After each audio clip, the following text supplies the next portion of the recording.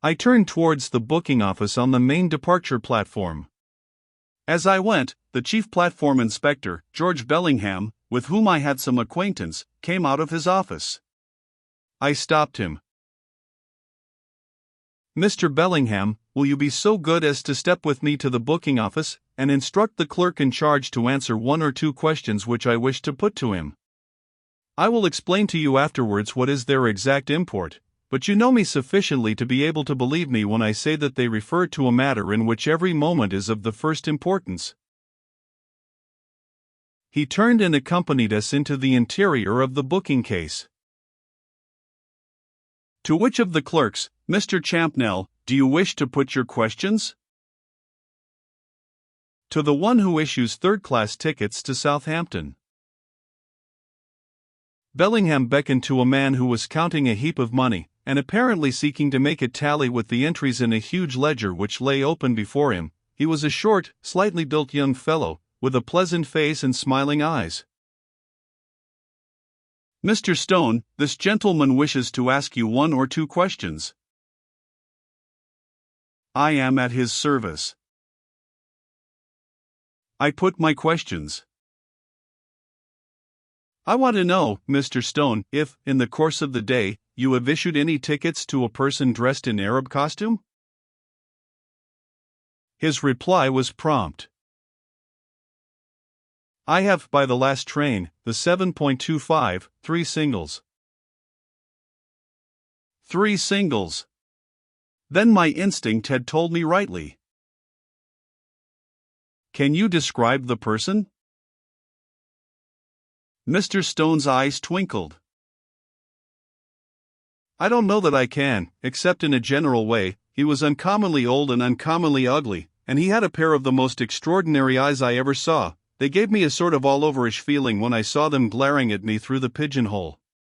But I can tell you one thing about him: he had a great bundle on his head, which he steadied with one hand, and as it bulged out in all directions its presence didn't make him popular with other people who wanted tickets too." Undoubtedly this was our man. "You are sure he asked for 3 tickets?" "Certain. He said 3 tickets to Southampton, laid down the exact fare, 19 and 6, and held up 3 fingers, like that. 3 nasty-looking fingers they were, with nails as long as talons." "You didn't see who were his companions?" I didn't try to look. I gave him his tickets and off he went, with the people grumbling at him because that bundle of his kept getting in their way." Bellingham touched me on the arm. "I can tell you about the Arab of whom Mr. Stone speaks." My attention was called to him by his insisting on taking his bundle with him into the carriage. It was an enormous thing, he could hardly squeeze it through the door, it occupied the entire seat. But as there weren't as many passengers as usual, and he wouldn't or couldn't be made to understand that his precious bundle would be safe in the luggage van along with the rest of the luggage, and as he wasn't the sort of person you could argue with to any advantage, I had him put into an empty compartment, bundle and all. Was he alone then? I thought so at the time. He said nothing about having more than 1 ticket, or any companions, but just before the train started 2 other English men, got into his compartment, and as I came down the platform, the ticket inspector at the barrier informed me that these 2 men were with him, because he held tickets for the 3, which, as he was a foreigner, and they seemed English, struck the inspector as odd. Could you describe the 2 men? I couldn't, not particularly, but the man who had charge of the barrier might. I was at the other end of the train when they got in. All I noticed was that one seemed to be a commonplace-looking individual and that the other was dressed like a tramp, all rags and tatters, a disreputable-looking object he appeared to be. That, I said to myself, was Miss Marjorie Linden, the lovely daughter of a famous house, the wife-elect of a coming statesman. To Bellingham I remarked aloud. I want you to strain a point, Mr. Bellingham, and to do me a service which I assure you you shall never have any cause to regret. I want you to wire instructions down the line to detain this Arab and his companions and to keep them in custody until the receipt of further instructions. They are not wanted by the police as yet, but they will be as soon as I am able to give certain information to the authorities at Scotland Yard, and wanted very badly. But, as you will perceive for yourself, until I am able to give that information, every moment is important. Where's the station superintendent? He's gone. At present I'm in charge. Then will you do this for me? I repeat that you shall never have any reason to regret it. I will if you'll accept all responsibility. I'll do that with the greatest pleasure. Bellingham looked at his watch. It's about 20 minutes to 9. The train's scheduled for Basingstoke at 9:6.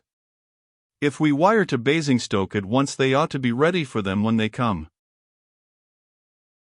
Good. The wire was sent. We were shown into Bellingham's office to await results.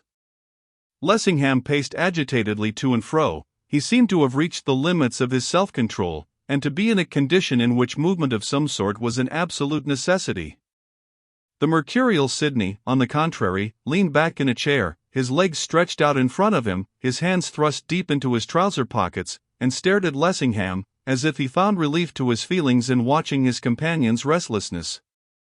I, for my part, drew up as full a précis of the case as I deemed advisable, and as time permitted, which I dispatched by one of the company's police to Scotland Yard. Then I turned to my associates. Now, gentlemen, it's past dinner time. We may have a journey in front of us. If you take my advice, you'll have something to eat. Lessingham shook his head. I want nothing. Nor I, echoed Sidney. I started up.